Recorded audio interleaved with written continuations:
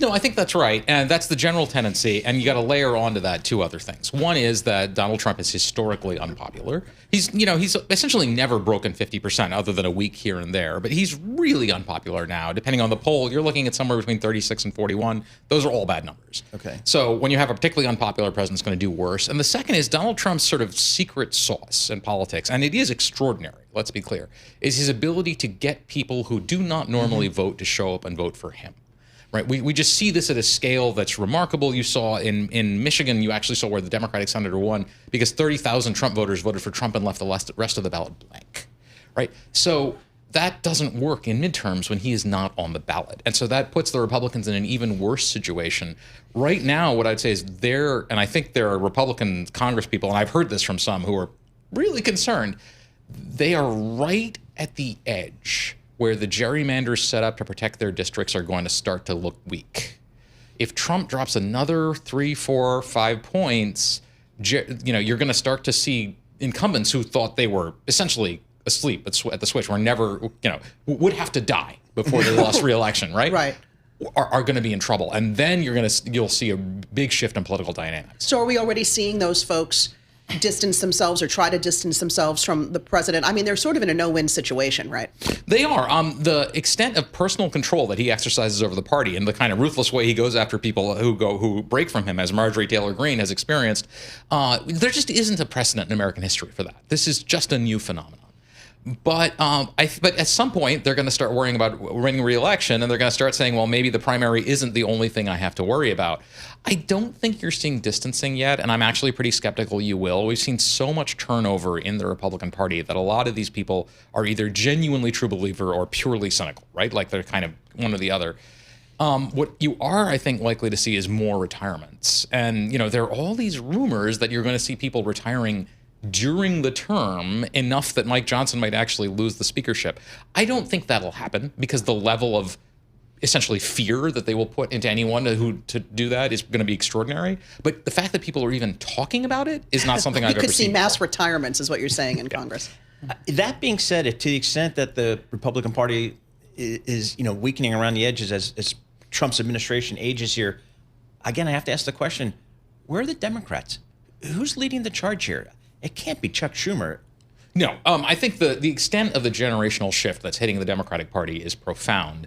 And this is going to have long-lasting effects in American politics. This is not just going to be this election cycle. You are seeing a new sort of generation of Democrats who basically, I think the way they would put it is they want to play the game the way the Republicans do, right? And which means that they are not as interested in compromise. They are not as interested in blanking. Whether or not you agree with that assessment, that's how they think about it. And that shift is going to be pretty, when you have two parties who are willing to go to the edge, that is very different than having one party that's willing to go to the edge. And so that is going to happen. But Paul, as you ask me this question every time I'm on it, I tell you the same answer. It's still early. Okay.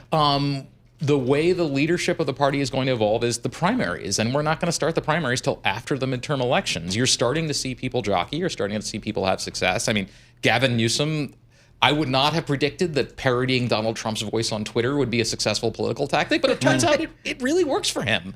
And you're seeing a bunch of other people who are similarly, making waves, making noise, that you're starting to say, okay, the Democratic problem in the primaries, as opposed to now, right, where all anybody cares about is the midterm. But when the primaries roll around, it's not going to be a lack of people, it's going to be too many. That there are just so many plausible candidates. So I'm not saying any of these people would be a great president, but if Gavin Newsom or Josh Shapiro or Wes Moore or Corey, there's a lot of people in the Democratic Party who you look at and go, that's a plausible president. And that, there's sort of an embarrassment of riches problem that they might have to deal with there. Well, something that's going to be happening before the midterms, of course, is the deadline for another government shutdown. Yes. And the crux of the first government shutdown is still the problem, which is no agreement on health care. Yeah. Do you think they're going to take it to the mat and then we're going to avoid, or could we be entering yet another historic shutdown at the end of January? I mean, I think there's a chance that we'll avoid another shutdown, just because one of the big underlying driving factors for the last shutdown was the Epstein files. And, mad as that seems, it's quite clear that the House was held out of session to delay that vote on the files. Since that vote has taken place, that factor is out. And I think everybody's kind of looking at the last one and being that didn't work, right? Like the Democrats who did it, it did not. They did, even if they got what they wanted out of it, it doesn't feel that way because there's so much internal pressure against it. The Republicans, this is just a nightmare. But the other big driving dynamic, and this I don't know how they're going to get out of it, is really simple. If premiums skyrocket the way that it looks they are doing, and it looks like they're going to, that is a political disaster for the Republican Party, which owns the issue in that way. They're asking but to fix it, almost all the votes will be Democrats. The policy incentives, which are to fix the problem, and the political incentives, which are for Democrats to say, hey guys, congratulations, like you own this.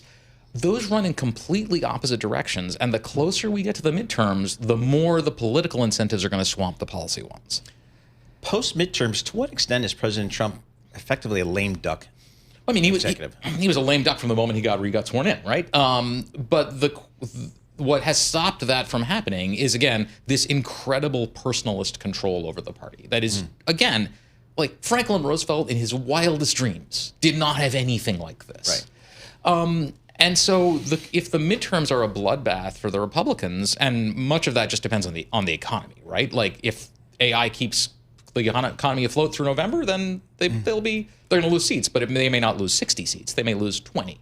But if the midterms are a bloodbath for the Republicans, then I think you're going to see some pretty high level of panic setting in, because especially if the economy turns between now and 28, which I'm not making any predictions, just we've had a long run without that, so that wouldn't shock anybody. You're going to see some Republicans who are pretty panicked and who are not going to feel all that comfortable, say, riding the banner of J.D. Vance in the same way. In 30 seconds or less, do we get a deal, Ukraine and Russia? No, we're not. Like the deal would have to be the Russians essentially withdraw from Ukraine, because the Ukrainians are pretty clear they're going to keep fighting. And as long as they're going to keep fighting, and as long as Putin wants to conquer Ukraine, which is essentially still what he's saying, there's not going to be a deal. The sort of Trump administration's decision to side with Russia in this war and put pressure on Ukraine is, just one, as a matter of national interest and national honor, horrifying. Right. But even setting that aside, what it's demonstrated is that the Ukrainians can keep fighting without us and fight well, and they know it.